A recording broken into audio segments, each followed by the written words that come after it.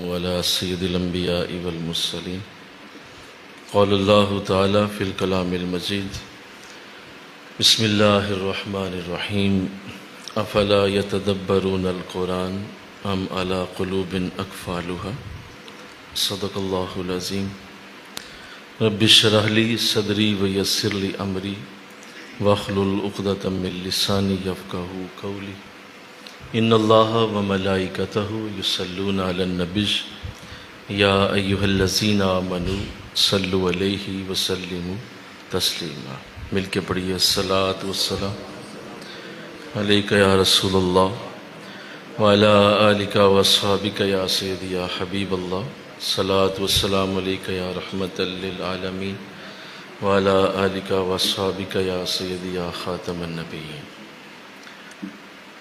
نہایت ہی معزز و محترم حاضرین و سامعین، اللہ کی دی ہوئی توفیق سے آج انشاءاللہ العزیز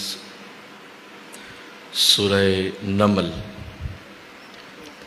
شروع کرنے کی سعادت نصیب ہو رہی ہے. اس پہ ہم اللہ کا شکر ادا کرتے ہیں کہ اللہ نے اپنے عظیم کلام کو ترجمے اور تفسیر کے ساتھ پڑھنے کی ہمیں توفیق بخشی ہے. اس پہ ہم اس کا شکر ادا کرتے ہیں. سورہ نمل یہ مکی صورت ہے اور یہ اس وقت نازل ہوئی جب آقا دو جہاں صلی اللہ علیہ وسلم کو مکہ میں شدید تکالیف اور آزمائشوں سے گزرنا پڑ رہا تھا. اللہ نے ان دنوں میں اس سورت کا نزول فرمایا. اس کے بہت سارے خوبصورت مضامین ہیں جن کو ایک ایک کر کے اللہ مجھے بھی توفیق دے، آپ کو بھی دے، ہم سب اس سورت کو اچھی طرح سمجھنے کی سعادت حاصل کریں انشاءاللہ. کہیے اللہ توفیق عطا فرمائے. اس کی 93 آیتیں ہیں، 93، اور اس میں 7 رکوع ہیں. اس سورت کا آغاز کیا جاتا ہے اور جو گفتگو اس میں کی گئی ہے ایک ایک کر کے اسے پڑھنے سمجھنے کی توفیق اللہ عطا فرمائے. بسم اللہ الرحمن الرحیم. طاسین تلک آیات القرآن وکتاب مبین ہدی وبشریٰ للمؤمنین الذین یقیمون الصلاة ویؤتون الزکاة وهم بالآخرة هم یوقنون. ان الذین لا یؤمنون بالآخرة زین لهم اعمالهم فهم یعمہون. اولئک الذین لهم سوء العذاب وهم فی الآخرة هم الاخسرون. وإنک لتلقى القرآن من لدن حکیم علیم. اذ قال موسیٰ لأہلہ انی آنست نارا سآتیکم منہا بخبر او آتیکم بشہاب قبس لعلکم تصطلون. صدق اللہ العظیم. ترجمہ سنیے. طاسین یہ حروف مقطعات ہے. تلک آیات القرآن یہ قرآن کی آیتیں ہیں اور روشن کتاب کی. ہدی و بشریٰ للمؤمنین یہ ہدایت ہے اور خوشخبری ہے مومنین کے لیے. الذین یقیمون الصلاۃ ان لوگوں کے لیے خوشخبری ہے جو صحیح نماز ادا کرتے ہیں. وَيُؤْتُونَ الزَّكَاةَ اور زکوٰۃ دیتے ہیں. وَهُمْ بِالْآخِرَةِ هُمْ يُوقِنُونَ اور آخرت پر یقین رکھتے ہیں. ان الذین بے شک وہ لوگ لا یؤمنون بالآخرہ جو آخرت پہ ایمان نہیں رکھتے. زین لہم اعمالہم فہم یعمہون تو ان کی نظروں میں ان کے اعمال خوبصورت ہو جاتے ہیں، پس وہ اسی میں گمراہ ہو جائیں گے. اولئک الذین یہ وہی لوگ ہیں لہم سوء العذاب، جن کے لیے بدترین عذاب ہے، وہم فی الآخرۃ ہم الاخسرون، اور یہ وہی لوگ ہیں جو قیامت کے دن سب سے زیادہ گھاٹے میں ہوں گے۔ وَإِنَّكَ لَتُلَقَّى الْقُرْآنَ، اور ہم نے بے شک آپ کو قرآن سکھایا ہے، مِن لَدُنْ حَکِیمٍ عَلِیمٍ، اور یہ اس کی طرف سے آیا ہے جو بڑا ہی حکمت والا اور بڑا ہی علم والا ہے۔ اذ قال موسیٰ، یاد کیجئے کہ جب موسیٰ نے اپنی بیوی سے کہا، انی آنست نارا، کہ میں نے دور سے آگ دیکھی ہے، سآتیکم منہا، میں اسے تمہارے لیے لے آتا ہوں، بخبر او آتیتکم بشہاب، تو ایک خبر بھی لے آؤں گا تمہارے پاس اس آگ سے کوئی شعلہ سلگا کر، تاکہ تم اس سے گرمی حاصل کرو۔ تو یہ پہلی 7 آیات پڑھنے کی سعادت حاصل ہوئی ہے، اور اللہ نے ہر سورت کے آغاز میں ضرور تعریف فرمائی ہے اپنے قرآن کی، اور واضح کیا ہے کہ یہ قرآن جو اے نبی آپ کو ملا ہے، یہ آپ کو کسی نے نہیں سکھایا، یہ آپ کو اس حکیم اور علیم نے سکھایا ہے، اور ہم ہی قرآن کے نازل کرنے والے ہیں۔ اور آخرت کی گفتگو کی گئی، ان لوگوں کی بات کی گئی جو آخرت کو ذہن میں نہیں رکھتے، سوچ میں نہیں رکھتے، تو اللہ فرما رہا ہے کہ یہ وہ لوگ ہیں جن کے لیے ان کے اعمال خوبصورت کر دیے گئے، چونکہ آخرت کی فکر تو ہے نہیں، لہذا اپنے اعمال کو بڑا حسین دیکھتے ہیں اور سوچتے ہیں کہ ہم تو بہت ہی اچھے اعمال کر رہے ہیں، اور یہ جو بڑا اچھا ہمارا جو زندگی کا دن رات کا یہ گزرنا ہے، یہ بڑا خوبصورت ہے۔ تو وہ اچھے اعمال کو، اپنے اعمال کو ہی اچھے بنا کے خود کو مطمئن کر کے بیٹھے رہتے ہیں۔ اللہ کے عمل وہی اچھا ہے جو آخرت کے لیے اچھا ہے، اس کے علاوہ کوئی عمل اچھا نہیں ہے۔ پھر ساتھ ہی حضرت موسیٰ علیہ السلام کی گفتگو شروع فرمائی، اور یہی میرا آج آپ کے ساتھ موضوع ہے کہ حضرت موسیٰ علیہ السلام کا یہ خوبصورت واقعہ جو قرآن میں مختلف جگہوں پہ موجود ہے، اور آقا علیہ السلام کی چونکہ بہت ساری زندگی حضرت موسیٰ علیہ السلام سے ملتی ہے، اس لیے اللہ نے آپ کا ذکر بار بار فرمایا، اور صحابہ کرام کو قرآن سے جب بھی سننے کو ملا تو زیادہ حضرت موسیٰ کی زندگی ہی سننے کو ملی، کیونکہ آپ کی زندگی اور حضور کی زندگی آپس میں بہت زیادہ میچ کرتی، تو اللہ نے ان کا ذکر مختلف صورتوں میں کیا ہے۔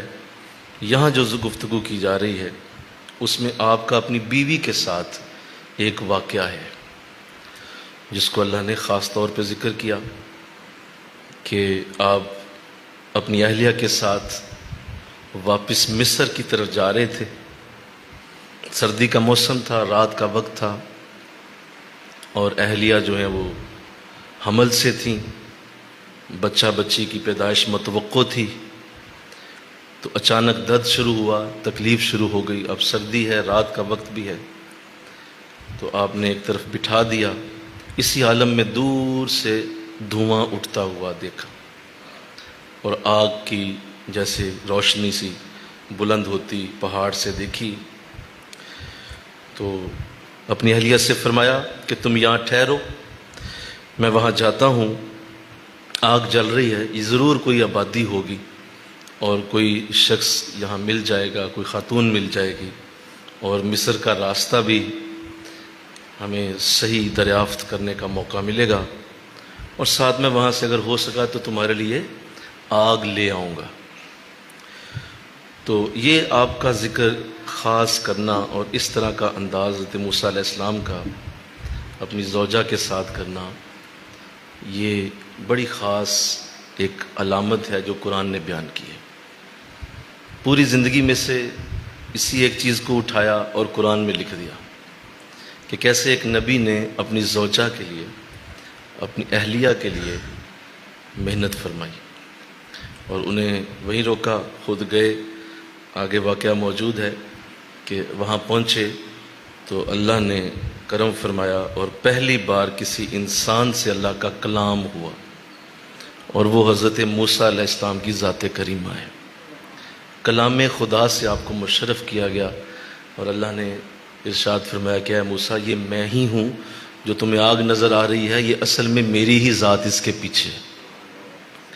تو لینے تو اپنی بیوی کے لیے آگ گئے تھے، لیکن اللہ سے ملاقات کر رہے۔ تو یہاں پہ مفسرین نے پھر بہت خوبصورت کلام کیا ہے کہ ایسا کیوں کیا گیا، اور اچانک موضوع بدل کے پہلے قرآن کی گفتگو ہو رہی ہے، پھر پہلے آخرت کی بات ہے، پھر قرآن کی گفتگو ہے، اور پھر ساتھ ہی اللہ جب ایک بڑے برگزیدہ نبی کا اس کی بیوی کے ساتھ ایک چھوٹا سا واقعہ پیش کرتا ہے۔ تو قرآن کے اصل میں یہ اشارے ہی ہوتے ہیں جنہیں سمجھنا ہوتا ہے کہ اللہ یہ بیان فرمانا چاہ رہا ہے کہ تم نے اپنی زوجہ کے ساتھ، اپنی اہلیہ کے ساتھ کیسے زندگی گزارنی اور کس طرح کا انداز تمہارا ہونا چاہیے۔ تو آج میرا اسی موضوع پہ آپ کے ساتھ کلام ہے۔ ہم سب چونکہ گھروں میں رہتے ہیں اور ہم اسلامی ماحول میں رہتے ہیں، تو اللہ نے ہمیں جو یہ عزیز رشتے عطا کیے ہیں، ان عزیز رشتوں میں سے بہت عزیز رشتہ میاں اور بیوی کا ہے۔ یہ بہت عزیز رشتہ ہے۔ میں اکثر اس کی مثال اس طرح دیا کرتا ہوں کہ اللہ نے ماں اور باپ کے لیے قرآن میں صرف 2 آیتیں اتاری۔ پورا قرآن 6666 آیتیں، بہت ضخیم، اور 114 صورتیں۔ آپ ڈھونڈ ڈھونڈ کے اس میں سے ماں باپ کو ڈھونڈیں تو آپ کو صرف 2 آیتیں ملیں گی جہاں اللہ نے ماں اور باپ کا ذکر فرمایا۔ اسی قرآن میں 25 آیتوں میں میاں اور بیوی کا ذکر کیا گیا ہے۔ تو اس قدر اس رشتے کی عظمت ہے اللہ کی نظر، اتنا یہ عزیز ہے کہ اس کو بار بار مختلف زاویوں سے اللہ نے بیان کیا کہ اس کی طرف دھیان کرو، اس کی طرف دھیان کرو۔ یہ چھوٹا رشتہ نہیں ہے، یہ بہت بڑا معاملہ ہے، نازک معاملہ ہے۔ رشتہ داریوں میں اتنے نہ کھو جاؤ کہ اس رشتے کو نظر انداز کر دو۔ ماں باپ سے حسن سلوک کو فرض قرار دیا، وَبِالْوَالِدَيْنِ احسانا، ہمیشہ اپنے والدین سے احسان کرو، فرض کر دیا۔ والدین کے ساتھ محبت فرض ہو گئی کہ جہاں میاں بیوی کی بات آئی تو فرمایا کہ وَعَاشِرُوهُنَّ بِالْمَعْرُوفِ، اپنی بیویوں سے ہمیشہ حسن سلوک کے ساتھ رہو، اچھے تعلق سے ان کے ساتھ زندگی گزار۔ اور بھی دیگر مقامات پہ مختلف زاویوں سے اس کا ذکر کیا۔ ایک جگہ یوں فرمایا کہ عورتیں تمہارے لیے لباس ہیں اور تم اپنی عورتوں کے لیے لباس ہو، تم ایک دوسرے کا لباس ہو، تم جدا نہیں ہو، ایک دوسرے سے علیحدہ نہیں ہو، تم ایک دوسرے کے ساتھ اس طرح تعلق رکھتے ہو جس طرح اپنے لباس کی تم حفاظت کرتے ہو کہ اس پہ کوئی گندا چھینٹا نہ پڑ جائے، اس کو یہ پھٹ نہ جائے، یہ استری ہونا چاہیے، یہ سیدھا صاف ستھرا ہونا چاہیے، اس کے بٹن ٹھیک ہونے چاہیے، اس کا جو ہے وہ اس کی سلائی بڑی اچھی ہونی چاہیے۔ جس طرح اپنے لباس کا تم خیال رکھتے ہو، ایسے ہی تمہاری بیوی تمہارے ساتھ ہے، اور تمہارا شوہر، اگر تم بیوی ہو تو شوہر تمہارے لیے لباس کی طرح۔ تو بہت سارے زاویے قرآن نے اس کے بیان کیے۔ آقا علیہ السلام نے بھی اپنی کثیر حدیثوں کے اندر ذکر کیا۔ ارشاد فرمایا تم میں سب سے بہتر وہ ہے جو اپنے گھر والوں کے لیے بہتر ہے، جو اپنے گھر والوں کے لیے اچھا ہے، اور اپنے گھر والوں کے لیے وہ ایک نعمت ہے۔ سمجھ لو کہ تم میں سب سے بہتر گزار ہی کیوں نہ ہو، چاہے وہ بہت بڑا کوئی جو ہے وہ صحیح ہی کیوں نہ ہو، لیکن اگر گھر والوں کے ساتھ تعلق ٹھیک نہیں ہے تو آقا فرما رہے ہیں کہ وہ شخص دنیا میں سب سے برا انسان۔ تو ہمارے لیے پیمانہ یہ بنایا گیا۔ ایک اور حدیث میں آقا علیہ السلام نے یوں فرمایا کہ تم میں سب سے بہترین وہ ہے، پہلے تو کہا گھر والوں کے لیے جو اچھا ہے، پھر فرمایا تم میں سب سے بہترین وہ ہے جو اپنی بیوی کے لیے بہترین ہے۔ میں کیا کہوں نا، سبحان اللہ۔ ذرا دھیان سے سنیے گا، تھوڑی سی باتیں آپ کو شاید ہٹ کریں گی، کیونکہ مرد ہے نا، مرد بڑی جلدی ہٹ ہو جاتے ہیں، لیکن سنیں، برداشت کریں، ضروری ہیں، تھوڑا سا یہ سچ بھی سننا چاہیے، اور یہ نہ دل میں رکھیں کہ جی دیکھیں وہ کیا کرتی ہے، وہ میرے ساتھ کیا۔ آپ اپنی بات سن لیں نا، آج وہ جو کرتی ہے وہ بات کی بات ہے، آپ صرف اپنی بات سنیں جو آپ کے لیے کہا گیا۔ اگر اسلام نے جو آپ کے لیے کہے اور اللہ نے جو آپ کے لیے حکم دیے میرے لیے دیے وہ ہم سنیں. تو ارشاد فرمایا تم میں سب سے بہترین شخص وہ ہے جو اپنی بیوی کے لیے بہترین، اور تم میں سب بیویوں کے ساتھ جو سب سے بہترین تعلق رکھنے والا ہے وہ خود میری ذات ہے.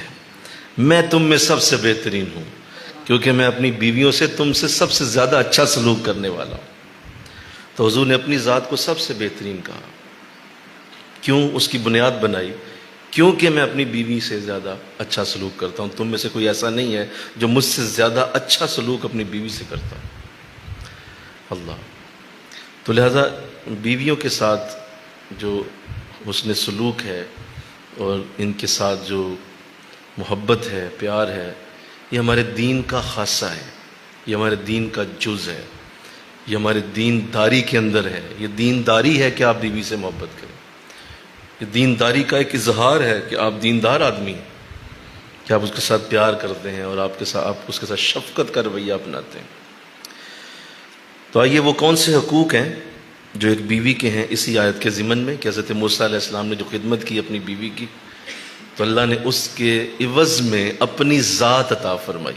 مل کے کہو سبحان اللہ. بیوی کی خدمت میں خدا اور اپنی ذات کو اس کے ساتھ جوڑ دیا.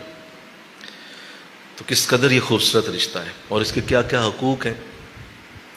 پہلا حق یہ ہے زوجہ کا، اہلیہ کا. آپ میں سے بہت سارے جو ابھی اس پروسیس سے نہیں گزرے، شادی نہیں ہوئی، وہ بھی غور سے سنیں، اور جن کی اللہ نے توفیق دی ہے کہ وہ شوہر ہیں وہ بھی بڑے دھیان سے سنیں، غور سے جانیں.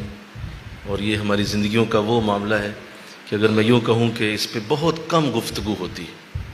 زیادہ تر یہ کہتے ہیں نماز پڑھی جاؤ، روزے رکھی جاؤ، نیک ہو جاؤ، نیک ہو جاؤ. بھائی نیک کیسے ہو جاؤ جس گھر کے اندر دونوں کے اندر معاملات ہی ٹھیک نہیں ہیں؟ نیک کیسے ہو جائیں جی؟ کس طرح ہم نیکی کا رنگ دیں گے لوگوں کو اگر گھروں کے اندر کے معاملات ٹھیک نہیں؟ تو لہٰذا وہ ساری چیزیں جو قرآن اور رسول نے ہمیں دی ہیں. یہ پہلی چیز جو ایک اہلیہ کے لیے اس کا حق ہے، اس کا، آپ کی زوجہ کا آپ پہ یہ حق ہے کہ ہر صورت اس کے اخراجات کا بندوبست کیا جائے. ظاہر ہے وہ اپنے گھر کو چھوڑ کے آ گئی ہے، آپ کی طرف وہ اب موجود ہے، خود کماتی نہیں ہے، تو اس کے اخراجات کا بندوبست کرنا، بہترین اس کے لیے اخراجات اور اس کی خرچے کی ذمہ داری اٹھانا یہ مرد پہ لازم ہے. یہ لازم ہے کہ آپ اسے بہترین کھانا دیں، بہترین پہننے کو دیں اور بہترین اس کی رہائش کا بندوبست کریں. جتنا اللہ نے آپ کو توفیق دی ہے آپ اس کے لیے پوری کوشش کریں. اور لوگ اس کو کیا کہتے ہیں، دیکھیں جی یہ تو مطلب ہر وقت اسی کام میں ہم لگے رہیں. تو سنیں حضور کی حدیث. آقا اسلام نے ارشاد فرمایا تم میں سب سے بہترین صدقہ اگر کوئی دینا چاہے، فرمایا 3 صدقے ہیں. پہلا صدقہ اللہ کی راہ میں دیا، دوسرا صدقہ کسی غلام کو آزاد کر دیا، تیسرا صدقہ کسی غریب کو کچھ مال دے دیا، اور چوتھا صدقہ اپنی بیوی پہ خرچ کر دیا. تو سنو میری نظر میں چوتھا صدقہ باقی سارے صدقوں سے بڑا ہے. وہ سب سے بڑا ہے جو تم نے اپنی بیوی پہ خرچ کیا. اس کو جو تم نے مال دیا ہے نا، وہ اللہ کی راہ سے بھی بڑا، وہ مسکین کو دینے سے بھی بڑا، وہ مسجد مدرسے سے بھی کہیں آگے نکل گئی بات جو اپنے گھر میں بیوی کے لیے آپ نے خرچ کر دی. تو دیکھیے کس قدر عظمت والی بات ہے. مل کے کہو نا سبحان اللہ، کہ وہ کتنی عظیم شخصیت ہے جس کا صدقہ حضور کی نظر میں سب سے بڑا ہے کہ آپ اسے خوش رکھنے کے لیے اس پہ مال خرچ کریں، اس کو اچھے کپڑے دیں، اچھا کھانا دیں، اچھی اس کو رہائش کا بندوبست کریں، اس کی خوشیوں کا بندوبست کریں. اس میں اس کو تنگ نہ ہونے دیں اور نفقے میں اس کو پریشانی نہ آنے دیں. آقا اسلام نے فرمایا، سنیے حضور کی حدیث، فرمایا جو اپنی اہلیہ کے اوپر مال خرچ کرتا ہے اور اسے خرچ میں فراخی دیتا ہے، فراخی کھولتا ہے خرچ اس کے اوپر، فرمایا اللہ قیامت کے دن اسے غنی کر دے گا اور جنت میں حضرت ابراہیم کے ساتھ اسے رکھے گا. میں حیران ہو گیا حضور کی یہ حدیث پڑھ کہ قیامت کے دن غنی اور جنت میں حضرت ابراہیم کی رفاقت اللہ اسے نصیب کرے گا. جو اپنی زوجہ کے اوپر خرچ کرتا ہے اور اس کے لیے فراخی کرتا ہے اور اس کو جیب خرچ دیتا ہے، لو استعمال کرو، کھاؤ۔ اللہ پھر آقا اسلام نے ارشاد فرمایا بیوی پر خرچ کرنا ایسے ہے جیسے راہ خدا میں خرچ کیا جائے، اور فرمایا کہ اپنے گھر والوں پہ خرچ کرنا ایسے ہے جیسے جہاد کیا جائے۔ تو جہاد کرنا اور یہ جا کے جو ہے وہ جنگوں میں شرکت کرنا اور بارڈروں پہ لڑنا، حضور فرما رہے ہیں تم اپنے گھر والوں پہ خرچ کرو، یہ بھی جہاد کے برابر، اسے بھی جہاد ہی کہا جائے گا۔ اللہ مل کے کہو نا سبحان اللہ۔ ایک عورت حضور کی خدمت میں حاضر ہوئی، شکایت اس نے کی اپنے خاوند کی، اس نے کہا کہ حضور مجھ پہ مال تنگ کرتا ہے، یہاں تک کہ مجھے آٹا گوندنے کا برتن بھی نہیں دیتا، اور میرے لیے بڑی تنگی کے دن ہے اور میرے لیے بڑی مشکل ہے۔ تو آقا اسلام نے ارشاد فرمایا جا اسے بتا دے کہ اس پہ دوزخ واجب ہو گئی، کہ تمہیں جان بوجھ کے تنگ کرتا ہے، جان بوجھ کے تمہارے اوپر روٹی تنگ کرتا ہے، فرمایا جا اسے بتا دے دوزخ واجب ہو گئی، اور تو جو صبر کر رہی ہے اس کے اس رویے پر تجھے خوشخبری یہ ہے کہ تجھ پہ جنت واجب ہو گئی، کہ شب صبر کرتی ہے، خاموش رہتی ہے اور اس کی اس تنگی کو برداشت کر رہی ہے، تمہارے اوپر جنت واجب ہو گئی۔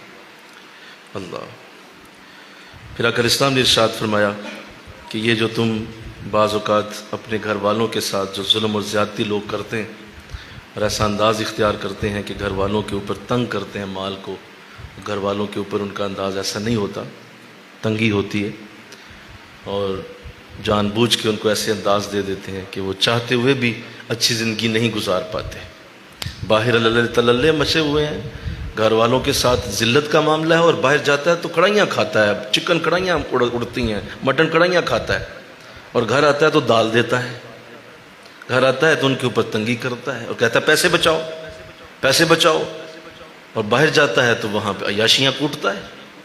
اور میں ایسا شخص جب قیامت کے دن آئے گا تو حضور کی حدیث سنو، مسلم شریف کی حدیث، فرمایا کہ ایسا شخص جب آئے گا قیامت کے دن تو اس کے گھر والے سب سے پہلے آ کے اس کے ساتھ لپٹ جائیں گے اور اللہ سے فریاد کریں گے مولا یہ ہمیں دنیا میں تنگ رکھتا تھا، دنیا میں اس نے ہمیں تنگ رکھا ہوا تھا، آج ہمارا اس کے ساتھ فیصلہ کر۔ تو اللہ پھر وہ فیصلہ یوں فرمائے گا کہ اس کی ساری نیکیاں اس کے گھر والے لے جائیں گے اور وہ بغیر نیکیوں کے ہی دوزخ میں ڈال دیا جائے، اس کی نیکیاں دے کر وہ قصہ ختم کیا جائے۔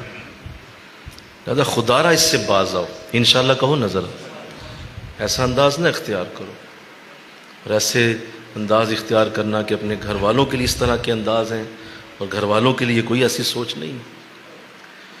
اور میں نے دیکھا بعض ایسے لوگ دیکھے، اللہ ہدایت عطا فرمائے، شادی ہوئی ہے تو کئی ایسی میرے پاس مسائل آتے رہتے ہیں لوگوں کے، تو ایک بچی آئی، وہ کہنے لگی حضور ایسا ہے کہ شادی تو ہو گئی ہے لیکن خرچے کے لیے کہتا ہے ماں سے لو، کہتا ہے باپ سے لو، بیوی میں اس کی ہوں اور میرا خرچہ ماں لے دے دی یا باپ دے رہا ہے۔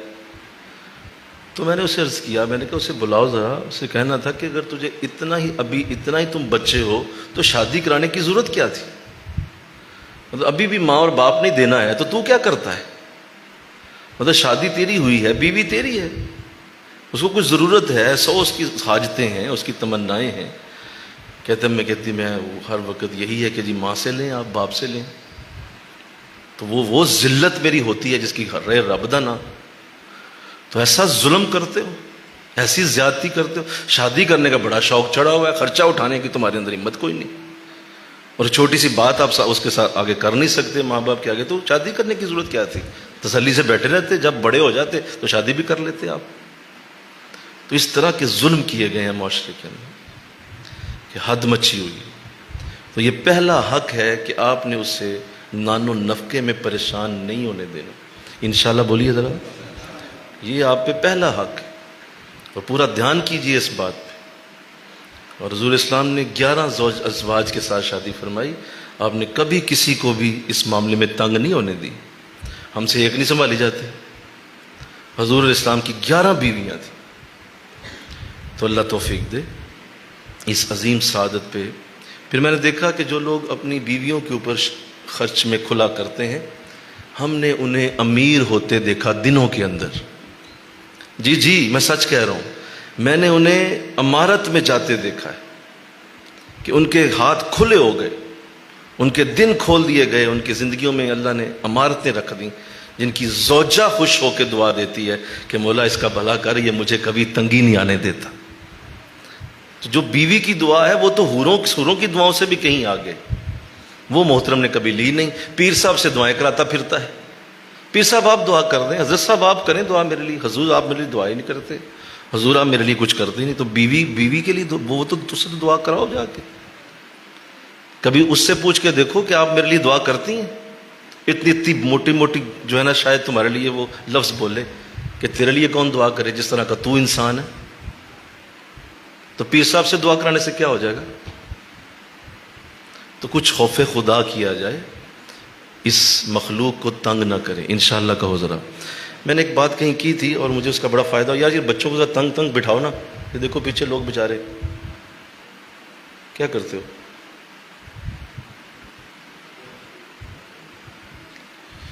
تو میری طرف توجہ کیجئے. ایک بات میں نے کہیں کی تھی کہ اللہ نے عورت کو بڑا عجیب پیدا کیا ہے، بڑا ہی عجیب پیدا کیا. اس عورت کی کیمسٹری بڑی عجیب ہے، اور اللہ نے اس کے اندر کمال ایک خوبی رکھی ہے. وہ یہ ہے کہ جو بھی تم اسے دو گے یہ اسے ضرب دے کے تمہیں واپس کر دے گی. نہیں سمجھے آپ؟ میں نے کیا بولا؟ یہ ضرب دے دیتی ہے، جو تم اسے دو گے یہ اسے ضرب دے سکتی ہے. اللہ نے اس کے اندر خوبی یہ رکھی. مثلا جب آپ کی یہ بیوی ہے اور آپ نے اس کے ساتھ تعلق قائم کیا ہے تو وہ تعلق کے اندر صرف ایک جراثیم اندر گیا ہے، لیکن اس عورت نے اس کو پال کے 9 ماہ میں پورا بچہ بنا کے تمہیں واپس کر دیا. یہ تم نہیں کر سکتے.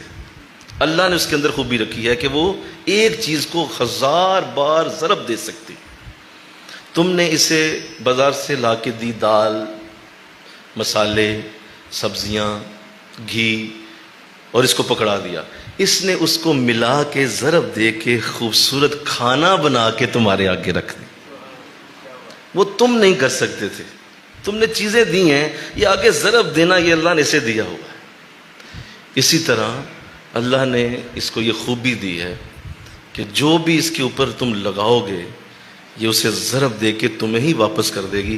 اگر تم اسے خوشیاں دو گے تو بولو ضرب دے کے خوشیاں واپس آئیں گی. اگر اسے تم نے تنگ کر دیا تو بھی کیا ہوگا؟ ضرب دے کے وہ تنگی تمہارے ہی سر پہ دے مارے گی. وہ تم اسے تنگ نہیں کر رہے. سوچو ذرا، خود تنگ ہو جاؤ گے، خود ذلیل ہو جاؤ گے. اس کو ذلیل کرو گے تم بچ ہی نہیں سکتے ذلت سے. ذلیل تم نے ہو جانا ہے اگر تم نے اسے ذلیل کر دیا. اور اگر اسے عزت دو گے تو اللہ تمہاری عزتوں کے دروازے کھول دے، تمہاری عزتوں کے رنگ کھل جائیں گے. جس گھر میں عورت کو عزت دی جاتی ہے، جس گھر میں عورت کو بڑا بنایا جاتا ہے، جس گھر میں عورت کو کہا جاتا ہے کہ نہیں تو میرے سر کی تاج ہے، تو میرے سر کی، تو میرے بچوں کی ماں ہے، تو میرے لیے بڑی عزیز ہے. سنو اس گھر میں اللہ عزتیں بھی اتارتا ہے، رزق بھی اتارتا ہے، اپنی برکتیں بھی اتار دیتا ہے. اور جہاں تم اسے تنگ کرو گے اس گھر میں سوائے نحوست کے، لڑائی جھگڑے کے، فساد کے، پریشانی کے، خودکشی کے، قتل و غارت کے، اور کچھ ہوگا نہیں. کیوں؟ عورت کی عزت نہیں اس گھر میں، عورت کے لیے ذلت ہے. یہ تمہارے حق میں ہے، یہ اللہ تمہارے ہاتھ میں دیتا ہے. ایک گھر کا ماحول یہ مرد کے ہاتھ میں ہوتا ہے. غلط فہمی ہے کہ عورتوں کے ہاتھوں میں، ایسا نہیں ہے. گھر کا ماحول مرد کے ہاتھ میں، وہ جیسے چاہے گھر کا ماحول بنا لے. آپ ابھی گھر میں گئے ہیں باہر سے، اگر آپ کو غصہ چڑھا ہوا ہے، گھر جاتے ہی ماحول دیکھیے گا ذرا گھر کا کیا ہوتا ہے. بولو نا کس پہ ڈیپینڈ ہوا؟ پھر بولو سارے، بولو نا یار، اپنے لیے بول دو. مردوں پہ ہو نا. آپ غصے میں گئے ہیں گھر تو اب گھر میں غصہ ہی ہوگا، سب ہر طرف پریشانی ہو جائے. کیوں؟ آپ غصے میں. آپ مسکراتے ہوئے داخل ہوں گے تو گھر کے اندر خوشبو اور پھول کھل اٹھیں گے. یہ آپ پہ ہے گھر کا ماحول کیسا بنانا ہے.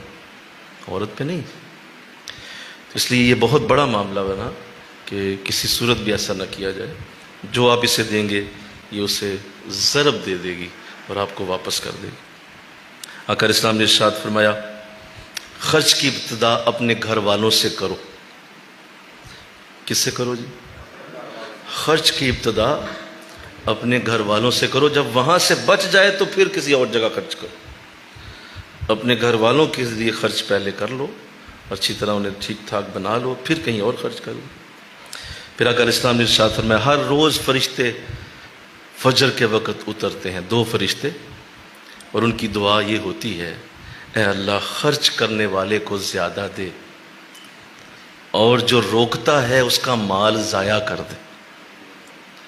جو خرچ کرتا ہے مولا اسے اور دے، اسے اور دے دے، اور جو روک رہا ہے اللہ جو ہے اس کے پاس وہ بھی ضائع کر دے. تو روز 2 فرشتے اترتے ہیں جو یہی دعا کرتے ہیں. تو اس لیے اپنے گھر والوں پہ کسی صورت بھی اس کو نہ کیا جائے. دوسرا جو عورت کا حق ہے، بہت بڑا حق ہے عورت کا، بیوی کا حق ہے کہ اس کے ساتھ نرمی اور شفقت کا رویہ بنایا جائے. بول دو کیا ہے؟ ذرا سارے بولو. نرمی اور شفقت، کیونکہ آپ مرد ہیں، پہلے ہی مرد ہیں آپ کا کام ہے نرمی اور آپ کا کام ہے شفقت. ایک شخص پہلے ہی بڑا ہے اور وہ اپنی بڑائی کا اظہار بھی کرے تو یہ سجتا نہیں. اب میں یہاں بیٹھا ہوں اور میں یہ آپ سے کہوں کہ سارے بھائی مانو بھی کہ میں یہاں بیٹھا ہوں، بھائی میں پہلے بیٹھا ہوں، مجھے آپ کو منوانے کی کیا ضرورت ہے؟ بولو نا. میں یہیں بیٹھا ہوں، میں آپ سے اونچی جگہ پہ بیٹھا ہوں، اللہ نے بٹھایا ہوا ہے تو بھائی بیٹھا ہوں. اب مجھے چاہیے کہ میں آپ کے ساتھ شفقت سے بات کروں، آپ کے ساتھ میں عزت سے بات کروں. کیوں؟ میں بڑی جگہ پہ ہوں. تو ایسے ہی مرد کو چاہیے کہ وہ چونکہ پہلے ہی بڑا ہے، اللہ نے مردوں کو عزتیں دی ہیں اور قرآن نے فرمایا کہ اللہ نے مردوں کو عورتوں پہ حکمران بنایا. جب اللہ نے حکمرانی آپ کو پہلے ہی دی ہوئی ہے تو کس بات کا تمہیں ڈر ہے؟ کس بات کی تنگی ہے؟ محبت سے، نرمی سے رہو، شفقت سے رہو. اور اگر کہیں ایسا کوئی معاملہ ہو بھی گیا ہے تو وہاں بھی نرمی اختیار کرو اور یہ دکھاؤ کوئی بات نہیں میں ساتھ ہوں، اس مسئلے کو حل کر لیں گے ہم. اور یہ اتنا بڑا معاملہ ہے کہ شفقت کرنا عورتوں کے ساتھ.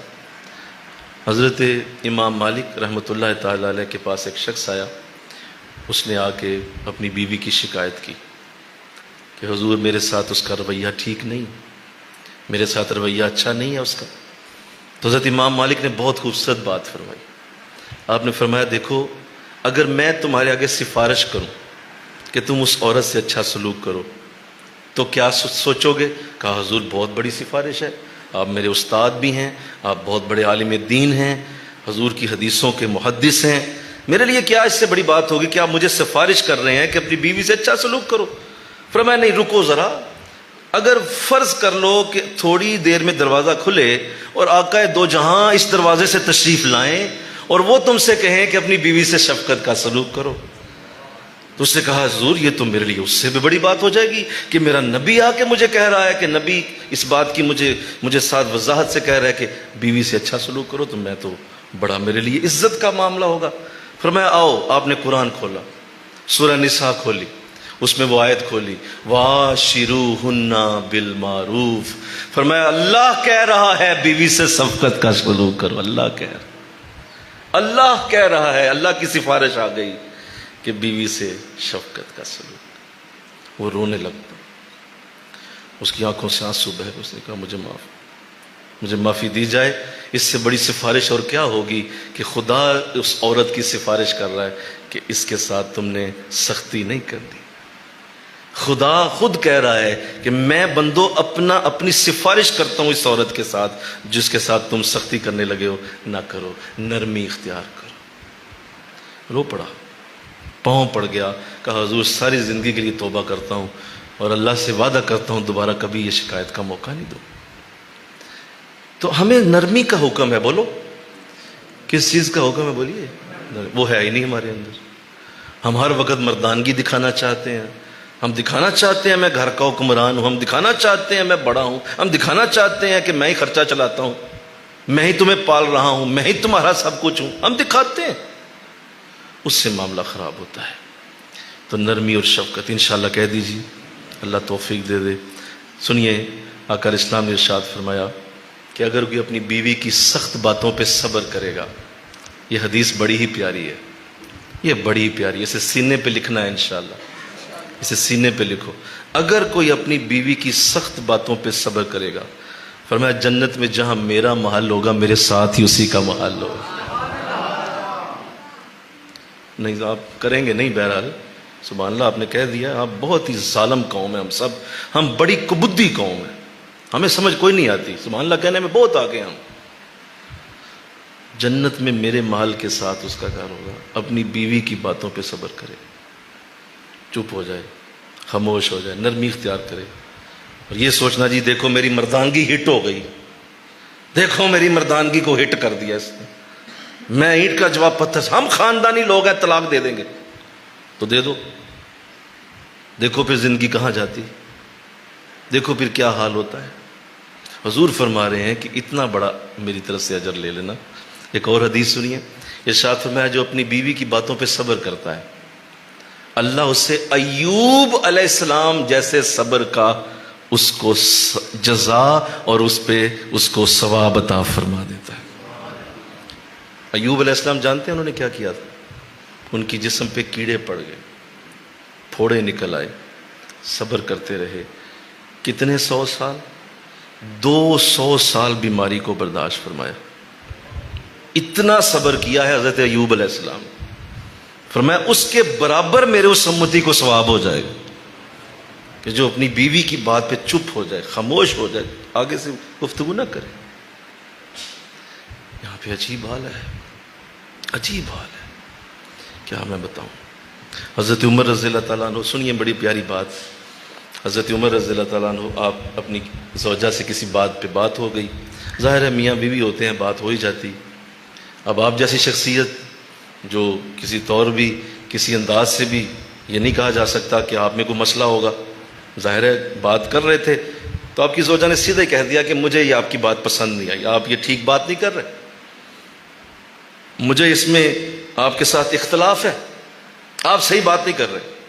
تو جب یہ بات حضرت عمر کے سامنے ہوئی نا، ایک دم آپ کو جلال آ گیا، غصہ آیا، لیکن ساتھ ہی آپ مسکرانے لگے، چہرے پہ مسکراہٹ آ گئی۔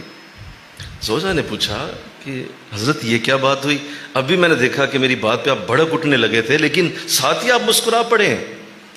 تو ارشاد فرمایا مجھے اصل میں ایک بات یاد آ گئی۔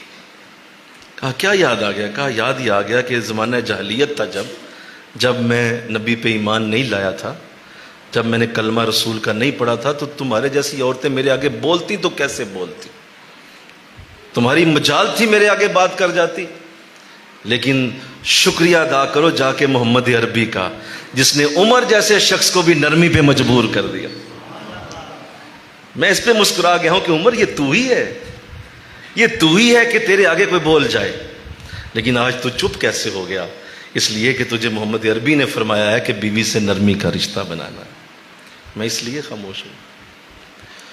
تو ہمیں ایسا بننا چاہیے انشاءاللہ کہ یہ، اور دوسری بات یہ ہے کہ یہ کوئی ایسا نہیں ہوتا کہ یہ جو زمانے میں بدبخت لوگوں نے مشہور کیا ہوا ہے کہ تھلے لگ گیا ہے، یہ جو جملہ جس نے بولا نا، اللہ کرے اس کی قبر میں کوئی ہزاروں اللہ بچھو ڈال دے، بدبخت نے جس نے یہ جملہ بول دیا کہ جی تھلے لگ گیا ہوا ہے، یہ تو برا ترین، بھائی عورت کے ساتھ ایسا کرنا ہوتا ہے، مرد پہلے ہی بڑا ہے، اس کو آپ نے اس طرح سے بیہیو کروانا ہے کہ اچھا تو بڑی ہو جا تھوڑی دیر کے لیے، اس کو آپ نے یوں کروانا ہوتا ہے بھائی بڑی ہو جا تو تھوڑی دیر، کوئی بات نہیں، تو آپ نے تو پہلے ہی ایسے بننا ہوتا ہے، دب کے چلنا ہوتا ہے، اور جو دب کے چلتا ہے، فرمایا کہ میری نظر میں، حضور کی حدیث فرمایا جو بیوی سے دب کے چلتا ہے اللہ کے ہاں نیکوں میں لکھ دیا جاتا ہے، اور جو بیوی کو دبا کے چلتا ہے اللہ کے ہاں کمینوں میں لکھ دیا جاتا ہے۔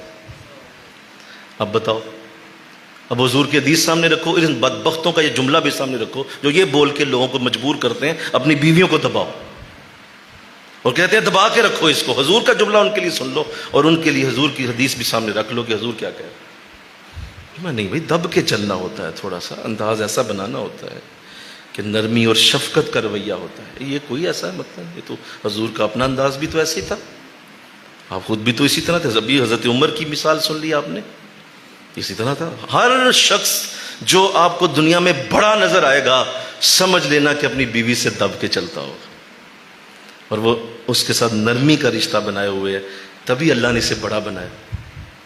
حضرت ابو الحسن خرقانی رحمۃ اللہ علیہ، نقشبندیوں میں بہت بڑا نام ہے آپ کا، نقشبندی اولیاء میں سر فہرست ناموں میں آپ کا نام آتا ہے، اور بہت بڑی ہستی ہیں، نقشبند سلسلے کا ایک بہت بڑا پلر اور ستون ہیں آپ، ابو الحسن خرقانی رحمۃ اللہ علیہ۔ بلکہ حضرت باجزید بستامی کی اصل گدی نشینی آپ ہی کے پاس تھی، حضرت باجزید بستامی کے جان نشینوں میں آپ کا نام، بہت بڑی شخصیت، لیکن بیوی بڑی سخت تھی، بڑی تیز تھی، مزاج کی بڑی تیز تھی۔ کوئی ملنے آیا تو اس نے پوچھا حضرت کہاں ہیں؟ تو اس وقت پہلے غصہ اسے آ ہی رہتا تھا، اس وقت بھی غصے میں تھی۔ اس نے کہا چلے جاؤ، کوئی نہیں حضرت تمہارا گھر۔ تو بڑا حیران ہوا کہ یہ مجھے آگے سے جواب کس طرح کا ملا ہے۔ تو اس نے پھر کہا کہ میں انتظار کر لوں، پھر کہا کوئی انتظار کی ضرورت نہیں ہے، چلے جاؤ یہاں سے، جس طرح کہ تم ویلے ویسے تمہارا حضرت بھی ویلا، دونوں ہی ایک جیسے ہو، کہ انتظار بھی کرو گے اور بیٹھو گے بھی تو میری طرف سے جو مرضی کرو، وہ گھر نہیں ہے۔ اب جب یہ سنا نا تو رنگ اڑ گیا، طوطے اڑ گئے کہ میں تو بڑی محبت سے آیا تھا، یہ تو بات ہی اور ہے۔ پریشان ہوا، خیر کسی نے دیکھ لیا، پوچھ لیا بھائی کیا بات ہے، تو کہا حضرت سے ملنا تھا۔ تو آگے سے جواب یوں ملا ہے، تو وہ کہنے لگا چھوڑو تم، وہ ایسی ہی ہے، اسے رہنے دو، حضرت اس وقت فلاں جگہ موجود ہوں گے، جاؤ چلے جاؤ۔ ملا جا کے تو حضرت اپنی سواری جو استعمال کرتے تھے، آپ شیر پہ سواری استعمال کرتے تھے، شیر آپ نے رکھا ہوا تھا، اس کے اوپر بیٹھتے تھے۔ تو وہ شیر پہ بیٹھے ہوئے تھے، واپس آ رہے تھے تو راستے میں دیکھ لیا، حیران ہوا کہ گھر کیا حالت ہے اور باہر کیا حالت ہے۔ تو چہرے پہ پریشانی بھی تھی، سلام کیا۔ حضرت فوراً دل کی بات سمجھ کے کہا گھر سے ہو کے آئے ہو؟ کہا جی حضور گھر سے ہو کے آیا ہوں۔ کہا اچھا کیا سنا؟ کہا حضور جو سنا وہ بول نہیں سکتا، بڑی سخت بات سنی آپ کے بارے میں۔ تو کہا اچھا تو پھر کیا تم دل میں سوچ رہے ہو؟ کہا حضور یہی سوچ رہا ہوں کہ یہاں شیر کی سواری ہے اور گھر میں ٹگے کی بھی بات نہیں ہے، تو یہ کیا بات ہوئی؟ فرمایا دیکھو سنو، یاد رکھو میرے نبی کی حدیث ہے کہ جو اپنی بیویوں سے بہترین سلوک کرتا ہے وہ سب سے بہتر انسان، وہ سب سے بہترین انسان، اور بہتر سلوک سنو اس سے ہوتا ہے جو بہتر سلوک نہ کرے تم سے۔ نہیں سمجھے آپ؟ وہ جو پہلے ہی بہتر کر رہا ہے آپ سے، بولیے بول دو یار، سارے بولو نا، اس کے ساتھ تو بہتر ہی کرو گے۔ جو نہیں کرتا بہتر اس کے ساتھ بہتر کرنا ہوتا ہے۔ تو میں حضور کی اس حدیث پہ عمل کرتا ہوں، وہ میرے ساتھ اچھا سلوک نہیں کرتی، اور اسے کیوں رکھا ہوا ہے میں نے؟ اگر میں طلاق دے دوں تو حضور کے کسی امتی کی زندگی برباد کر دے گی، میں چاہتا ہوں میری کر دے، بلکہ کہو نا سبحان اللہ، میری کر دے، حضور کا کوئی امتی بچ جائے اس لیے میں اس کو طلاق بھی نہیں دیتا۔ اور رکھا اس لیے ہوا ہے کہ جتنی زیادہ مجھ پہ سختی کرتی ہے اتنا میرا اللہ مجھ پہ مہربان ہوتا جاتا ہے، لہذا میں اس کی سختی سہتا رہتا۔ یہاں جناب نام کو نہیں ہے، یہ پہلے دن سے لڑائی جھگڑے شروع ہو جاتے ہیں۔ شادی کیا ہوئی ہے، عذاب گھر میں شروع ہو گیا۔ کیوں؟ محترم کی مردانگی کسی جگہ مان ہی نہیں ہے، کس جگہ جناب ریلیکس کر ہی نہیں رہے۔ تو ایسا انداز نہ ہو، انشاءاللہ کہہ دو ذرا یار، اللہ توفیق دے دے، یہ بہت بڑی سعادت ہے۔ پھر عورت کا یہ حق ہے، آپ کی زوجہ کا یہ حق ہے کہ آپ اس کے مزاج شناس بنیں۔ بڑے دھیان سے سنیے، کیا بنے بولو؟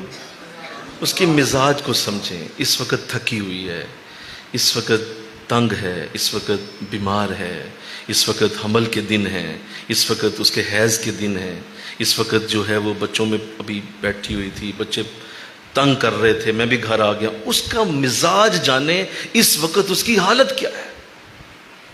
گرمی میں اندر روٹی پکا رہی تھی، پسینے بہہ رہے ہیں، جون جولائی کی گرمی پڑی ہوئی ہے، آپ گھر آئے ہیں وہ بھی اس حالت میں، یار اس کا مزاج دیکھیں اس وقت وہ حالت کس میں، اس کے مطابق چلیں۔ بلکہ کہو نا سبحان اللہ، یہ بہت بڑی بات، یہ بہت بڑی بات ہے کہ بھئی اس وقت حالت کیا، اس وقت خوش ہے، اس وقت اس کو تنگی سی ہے، ذرا بور ہو رہی ہے، اس وقت اس پہ ذرا مطلب غصے کی کیفیت آئی ہوئی ہے، ڈانٹ رہی ہے بچوں کو، دیکھیں اس حالت کیا ہے، اس حالت کے مطابق بدل جائیں. یہ اس کا حق ہے کہ آپ نے اس وقت اس حالت کو دیکھ کے اپنے آپ کو بدلنا ہے کہ یار اس وقت یہ حالت نہیں کہ یہ بات کروں اس کے ساتھ، اس وقت یہ تکلیف میں ہے، اس وقت مشکل میں ہے، مجھے اپنے آپ کو روک لینا چاہیے، یہ حالت نہیں ہے ایسی بات کرنے والی، اس پہ ذرا خاموش نہیں. رکھو کھانا میرے آگے، یہاں رکھو، ٹھنڈا پانی بناؤ، لسی بھی بناؤ، اس میں جب نمک کیوں کم ہے، اس میں فلاں شے کیوں کم ہے. او بھائی اس کی حالت تو دیکھو، وہ کس حالت میں بنا رہی ہے ایسی چیزیں ساری، وہ کس حالت سے گزرتی ہوئی یہاں تک پہنچی، آپ کو اپنی پڑی ہوئی ہے. او بھائی اس وقت کی جو حالت ہے وہ اس پہ پوری چھائی ہوئی ہے. اگر ایسی حالت میں یہ کلام کرو گے تو سوائے لڑائی اور جھگڑے کے کچھ نہیں ہو. تو اس کی مزاج کو سمجھ جائے اور اس کے مزاج کو جان کے اس کے ساتھ بات کر. پھر بے تکلفی بھی اس کا حق ہے. اگر گھر میں گئے ہیں تو آپ ایک ڈکٹیٹر اور ایک فرعون کی طرح، نمرود کی طرح بن گئے ہیں، غصہ ناک پہ ہے، اور آپ کا انداز ایسا ہے جیسے کوئی باہر سے کوئی جرنیل صاحب اندر آ گئے ہیں اور باہر سے کوئی فوجی اندر آ گیا جس نے پورے گھر کو قبضے میں لے لیا. تو ایسا انداز تو نہیں ہوتا. ایک بے تکلف انداز ہونا چاہیے. تھوڑا سا اس کے ساتھ بیٹھیں، کوئی بات بھی کریں، کوئی ہنسی والی بات ہونی چاہیے، کوئی مسکرانے والی باتیں ہونی چاہیے، کوئی بیوی کے ساتھ بھی کوئی تعریف ہونی چاہیے، کوئی محبت کا انداز ہونا چاہیے. میں اکثر ایک بات کہا کرتا ہوں کہ ہمارے دور میں ایک چیز بڑی خراب ہو گئی ہے، اور وہ یہ ہے کہ یہ کاغذی رشتہ رہ گیا ہے. دونوں کے درمیان سچی محبت ختم ہو گئی. بولو کیا کہا میں نے؟ یا تم بول تو دو نا ذرا. سچا پیار دونوں میں نہیں ہوتا، یعنی ایک دوسرے کی صحیح کھچ جسے کہتے ہیں وہ نہیں ہے. ایک کاغذی سا رشتہ ہے، اے میری بیوی، یہ میرا میاں ہے، بس اس سے زیادہ. یا میرے بچوں کی ماں ہے، یہ میرے بچوں کا باپ ہے. اس سے زیادہ ہم سوچتے ہی نہیں. بھائی وہ ایک مخلوق ہے اللہ کی، اس کا بھی بہت سارا معاملہ ہے، اس کا بھی جی چاہتا ہے میرے ساتھ کوئی بات کرے، کوئی بیٹھے، کوئی میں بھی دل کی باتیں سنا پاؤں، کوئی میں بھی اس کے ساتھ کوئی گفتگو کروں. محترم کے پاس وقت ہی کوئی نہیں. حضرت عائشہ صدیقہ رضی اللہ تعالیٰ عنہ، میری ماں، اللہ ساری رحمتیں ہم سب کی ماں کی قبر پہ نازل فرمائے. ام المومنین حضرت عائشہ صدیقہ رضی اللہ تعالیٰ عنہ کس قدر بے تکلف تھی حضور سے. اب غزوے پہ گئے ہوئے ہیں، جنگ ہے، حضور اپنی زوجہ کو ساتھ لے جاتے تھے، حضرت عائشہ ساتھ تھیں. تو حضور نے خود ہی فرمایا عائشہ کیوں نہ آج دوڑ نہ لگائیں دونوں ذرا مل کے، بولیے ذرا دوڑ ہو جائے. تو آپ بڑا خوش ہوئیں کیونکہ آپ نے سمجھ لیا کہ ان کا مزاج کیسا ہے، عمر کتنی ہے اور اس عمر میں کیا ان کی ضرورت ہے، کیا اس وقت ان کو چاہیے. کہا کہ کیا دوڑ لگائیں. اب حضور کی عمر مبارک 50 سال سے اوپر ہے، آپ کی عمر مبارک ابھی 12-13 سال ہے. ایک 12-13 سال کی بچی اور ایک طرف 50 سال سے اوپر کا مرد. تو بتائیے کتنی خوبصورت ادا ہے میرے نبی کی. مل کے کہو نا سبحان اللہ. فرمایا دوڑ نہ لگائیں. فرمایا ضرور. اب جب دوڑ لگائی تو چونکہ آپ کی عمر مبارک کم تھی، حضور کی زیادہ تھی، تو تیز دوڑیں اور حضور سے بول دو نا ذرا. یہ تم لوگ بولتے ہوئے بھی تمہیں ڈر لگتا ہے، بولو آگے نکل. حضور سے آگے. حضور رک گئے. فرمایا عائشہ کمال ہو گئی. کہا میں جیت گئی آپ سے. تو یہ دیکھیے بے تکلفی دیکھیے. صحابہ سے کہا بھائی تم لوگ ذرا سائڈ پہ ہو جاؤ اور پردے میں چلے جاؤ. صحابہ ادھر ادھر ہو گئے. حضور نے دوڑ لگائی. ہم کب کرتے ہیں اپنی بیویوں سے ایسے؟ کون اپنی بیوی سے ایسے ہمارا؟ بس مشین بنایا ہے، روٹی پکانے والی مشین ہے، بس بچے پالنے والی مشین رکھی ہوئی ہے، کار خرچہ دیا جاتا ہے، بس ٹھیک ہے انی میری ذمہ داری ہے، خرچہ دینا نا تینوں، بس یہی میری ذمہ داری ہے. یہ حشر کے دن فیصلہ ہوگا کہ کیا کرنا تھا اور انداز کیا ہونے چاہیے تھے. بے تکلفی ہوتی ہے، محبت ہوتی ہے، پیار ہوتا ہے. پھر اچھا کچھ عرصہ گزرا. سنیے ایک اور بات. کچھ عرصہ گزر گیا، کچھ سال گزر گئے، کئی سال گزر گئے. ایک دن پھر ایسا ہی موقع آ گیا تو حضور نے فرمایا عائشہ ذرا آج پھر نہ دوڑ ہو جائے. مل کے کہو نا سبحان اللہ. تو کہا حضور ہو جائے. اب چونکہ آپ کی عمر تھوڑی بڑی ہوئی تھی تو تھوڑا جسم بھاری ہو چکا تھا، اور رسول الاسلام آپ کی چلے عمر ویسے ہی زیادہ ہوئی تھی، لیکن چونکہ ادھر آپ کا جسم ذرا بھاری ہو گیا. اب حضور آگے نکل گئے. ہاں اس پہ بڑے خوش ہوئے آپ. اب حضور آگے نکل گئے. تو فرمایا عائشہ وہ پچھلا بدلہ میں نے اتار دیا تمہارا، وہ پچھلی میں نے تمہارے ساتھ جو دوڑ ہاری تھی نا، آج میں نے جیت کے وہ بدلہ اتار دیا۔ تو حضور نے یاد رکھا کہ کبھی موقع آئے گا میں نے ایسے ہی پھر دوڑ لگانی ہے اس کے ساتھ۔ کیسی بے تکلفی تھی، کس طرح کے یہ خوبصورت انداز تھے جو آج گم ہو چکے ہیں۔ میں ایک بات کر دوں یہاں، کسی نے یہ پوچھا تھا کسی اللہ والے سے کہ میری اولاد کیسے کامیاب ہوگی، مجھے کوئی گر بتائیں کہ میری اولاد کامیاب اولاد بنے۔ تو اس بزرگ نے فرمایا کہ جاؤ اپنی بیوی سے محبت شروع کر دو۔ کیا بولا؟ کہا حضور میں تو اولاد کے بارے میں پوچھ رہا ہوں۔ میں نہیں، تم نہ مجھے کوئی سمجھدار آدمی لگتے نہیں ہو، تم کسی اور نسل سے، جاؤ اپنا کام۔ کہا نہیں حضور مجھے سمجھا دیں، میں سمجھنا چاہتا ہوں، آپ نے کیا بولا یہ؟ فرمایا جاؤ اپنی بیوی سے محبت شروع کر دو۔ کہا حضور اس سے کیا ہوگا؟ کہا جب تم اپنی بیوی سے محبت کرو گے نا، تمہاری اولاد تمہارے اس محبت کے انداز کو جب دیکھے گی تو ان کے دل میں پھر محبت اور پیار پیدا ہوگا، اور جب اولاد محبت اور پیار دیکھتی ہے تو اسے کامیاب ہونے سے کوئی نہیں روک سکتا۔ جب تم جھگڑو گے آپس میں، مار دھاڑ کرو گے، لڑائی جھگڑا اور تو میں اور گالیم گلوچ ہوگی، اس کا سب سے بڑا نقصان تمہاری اولاد کو ہوگا، کیونکہ وہ تمہیں دیکھے گی کہ یہ باپ میری ماں کو یہ کہہ رہا ہے، بیوی شوہر کو یہ کہہ رہی ہے، تو وہ جب دیکھے گی تو اسی طرح کی چیزیں اس کے اندر پیدا ہوں گی اور وہ ناکام ہو جائیں گے۔ جاؤ اپنی بیوی سے محبت شروع کر دو، تمہاری اولاد کامیاب ہو جائے گی۔ دیکھ لیں، آپ دیکھ لیں جن گھروں میں میاں اور بیوی کے تعلقات خراب ہیں، اولاد سب سے زیادہ تکلیف میں، سب سے زیادہ دکھی ہے، سب سے زیادہ ناکام اس شخص کے بچے ہیں جن کے آپس میں جھگڑے ختم نہیں ہوتے۔ اٹھ کے معاشرے کا جائزہ لیں اور جن لوگوں کو آپ بڑا ہوتے دیکھتے ہیں ان کو دیکھیے آپ۔ میں نے اپنے والدین کو دیکھا، دونوں آج دنیا میں نہیں ہیں، اللہ میرے والدین کی قبروں پہ جنت کے پھول نچھاور فرمائے۔ میں نے بہت کم عرصہ ان دونوں کو اکٹھے دیکھا، میرے والد صاحب باہر ہوتے تھے، وہ آتے تھے تو میں نے ان کو دیکھا۔ میری آج کامیابی کا بہت بڑا رنگ یہ بھی ہے کہ میں نے ایک دن بھی اپنے والدین کو لڑتے نہیں دیکھا، کبھی نہیں دیکھا۔ قرآن سامنے کھلا ہے، کبھی نہیں دیکھا کہ وہ دونوں آپس میں کبھی ایک بار بھی لڑے ہوں۔ ہمیشہ میں نے انہیں محبت سے پیار کرتے ہوئے پایا اور ان دونوں کا انداز ایسا ہی تھا۔ تو اللہ نے آج اگر مجھے یہ رنگ دیے ہوئے ہیں تو اس کے پیچھے بھی میرے ماں باپ کی محبت، آپس کا پیار ہے جو آج نایاب ہو چکا ہے۔ ساری دنیا کی عورتوں کو دیکھیں گے، اپنے گھر کی عورت کی طرف نظر نہیں اٹھائیں گے، بدبخت۔ ساری دنیا کی عورتوں کو تاڑیں گے، اپنے گھر کی عورت کو کبھی غور سے دیکھنے کی توفیق نہیں ہوتی۔ پھر کہتے ہیں میری زندگی میں سکون نہیں۔ سکون کہاں سے آئے گا؟ جب تک حرام نہیں چھوڑو گے تمہاری زندگی میں سکون کیسے آئے؟ وہ حرام رشتے، وہ حرام تعلق، وہ حرام نظریں جو کسی اور پہ ڈالتے ہو، اور وہ عورت جو گھر بیٹھی ہے اس کی طرف تمہاری توجہ نہیں ہے، تو سکون کیسے آئے؟ کس طرح سکون اترے گا؟ تو اللہ توفیق دے دے انشاءاللہ کہ یہ عورت کی لازمی۔ اور پھر اگلی بات، عورت کا حق یہ ہے کہ اس کی حوصلہ افزائی کی جائے۔ کیا کیا جائے؟ حوصلہ افزائی۔ اگر کوئی اس سے غلطی ہو گئی ہے تو اس کو غلطی کو تانوں میں نہ رکھا جائے، اس کی غلطی کو حوصلہ افزائی کر کے برداشت کیا جائے۔ حضرت عائشہ صدیقہ رضی اللہ تعالیٰ عنہا فرماتی ہیں کہ ایک دن مجھ سے حضور کی باری تھی، کھانا میں نے پکانا تھا، حضور تشریف لانے والے تھے، تو میں نے کھانا بنایا۔ اتفاق یہ ہوا کہ وہ کھانا کچھ میری توجہ نہ رہی، وہ صحیح نہ بن سکا، جل گیا۔ کیا ہو گیا؟ کھانا جل گیا۔ زیادہ اس میں مجھے لگا کہ میں نے چکھا بھی، لیکن عین اسی وقت کہ میں اس کو ابھی چکھ ہی رہی تھی کہ حضور دروازے پہ آ گئے۔ اب حضور دروازے پہ آئے، اب میرے لیے مشکل ہو گیا۔ میں اٹھی، میں نے جلدی سے دروازہ کھولا، سلام کیا، ویلکم کیا، خوش آمدید کہا، حضور اندر آ گئے۔ اور میں عائشہ باقی باتیں بعد میں، بھوک بہت زیادہ ہے، بھوک لگی ہے، کھانا اگر ہے تو اگر آسانی ہے تو دے دو۔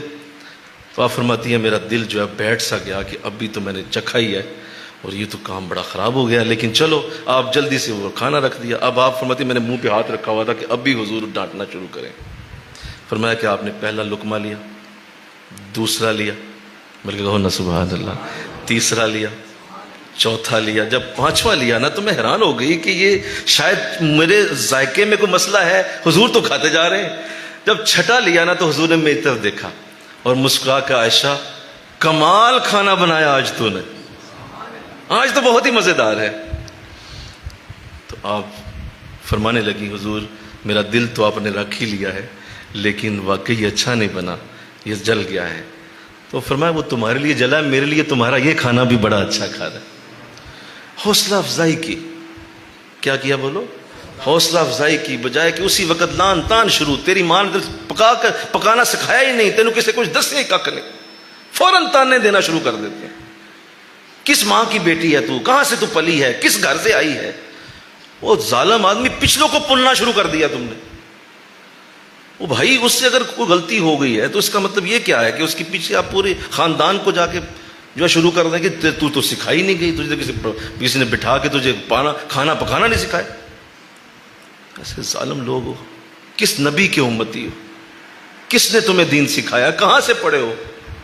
کس نے تمہیں دین کی تعلیم دی ہے کہ اگر ایسا ہو بھی گیا ہے تو حوصلہ افزائی کرو بھائی. تھوڑا سا ہو جاتا ہے معاملہ, اس پہ آہستہ آہستہ ٹھیک ہو جاتی ہے ہر چیز. بعض ایسی عورتیں ہوتی ہیں کہ انہیں شروع میں نہیں کچھ اچھا پکانا آتا, بس ایسے معاملات ہیں نا ہمارے گھروں میں, زیادہ تر تربیت تو ہے کوئی نہیں, تو آپ تربیت کر دیں, آپ ان کو سکھا دیں. آپ کس کام آئیں گے؟ آپ کا یہ دماغ کس کام آئے گا؟ آپ اسے بٹھائیں, اسے بتائیں کہ بھائی یہ چیزیں ہوتی ہیں, ان کو کریں آپ. آہستہ آہستہ سال دو بعد اچھی کوکنگ شروع ہو جائے گی. لیکن یہ کیا بات ہوئی کہ آپ نے حوصلہ افزائی نہیں کبھی کی؟ کھانے کی تعریف کرنا, اچھے کپڑوں کی تعریف کرنا, اپنے گھر کے اندر اس نے اگر کوئی اچھا بیڈ شیٹ بچھائی ہے, اچھے پردے لگائے ہیں, اس نے کوئی گھر کے اندر نئی چیز لا کے رکھی ہے, اس کی تعریف کرنا کہ کمال ہے آپ کی, تو میں اس کی داد دیتا ہوں. یہ ایسا انداز تو میں نے کبھی کسی گھر میں دیکھا ہی. جھوٹے منہ ہی بول دو یار کبھی, وہ بھی کوئی نہیں. تو یہ آپ نے خود زبردستی, دیکھے میرے نبی کو پتا تھا کہ کھانا جلا ہوا ہے لیکن حضور نے زبردستی تعریف فرمائی. آپ نے زبردستی کرنی ہے اپنے اوپر کہ بھائی میں نے تعریف کرنی. اچھا یار ایسے ہو گیا ہے, تعریف کریں اور پھر اس کا جادو دیکھیں, پھر اس کا رنگ دیکھیں, اپنی زندگیوں میں آتے ہوئے نور دیکھیں جو اللہ آپ کو عطا فرمائے. پھر ارشاد فرمایا کہ اگر اس کا کوئی راز ہے تو اس کی حفاظت کرو. کوئی راز ہے اس راز کو نہ کھولو, وہ تمہاری بیوی ہے, اس کو کسی اور جگہ اگر تم نے کھول دیا تو وہ اس کا راز ہے, منع ہے.